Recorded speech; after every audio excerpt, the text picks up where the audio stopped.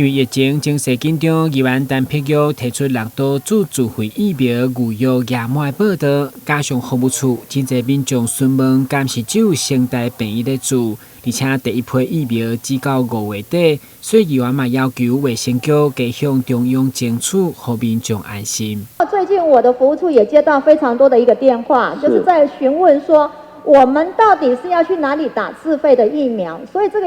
这一件事情，我希望局长可以好好的再思考。如果我们中央有新的疫苗再进来的话，因为我知道第一批的话好像是到5月底嘛，那如果说中央有新的疫苗再进来的话，能不能多争取一些，让我们的市民朋友，如果有自费需要施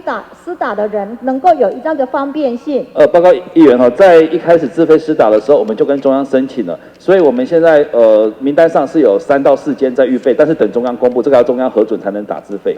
随着疫情变化，嘛，让民众心理压力愈来愈大，所以宜兰嘛要求市府在第3级进前超前部署，如何做到上歹打算、上好准备。我们是知道都要做最坏的一个打算了，但是做最好的准备是怎么做最好的准备？市长，你可以说明一下吗？做最好的准备，简单的说，就是把所有的物资能够掌握都掌握好，包括过去去年刚开始的时候，我们的确是蛮慌乱的。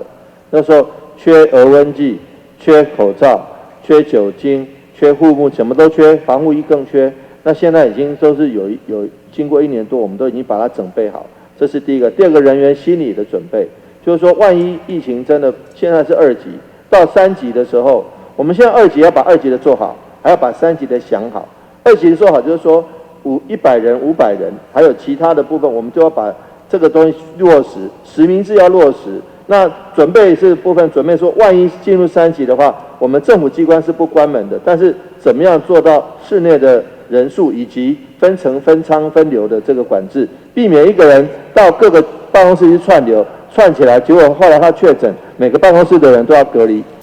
会中宜兰嘛认为，因4月走摊有真大风险，特别是摕卖具去参会、敬酒等等，所以嘛要求民政局制定疫情走摊相关的规范。对此，民政局长表示，会要求37区的区长以防疫为重，只要无必要的摊就卖去，避免成为防疫破口。台湾新闻郭文吉、张硕维采访报道。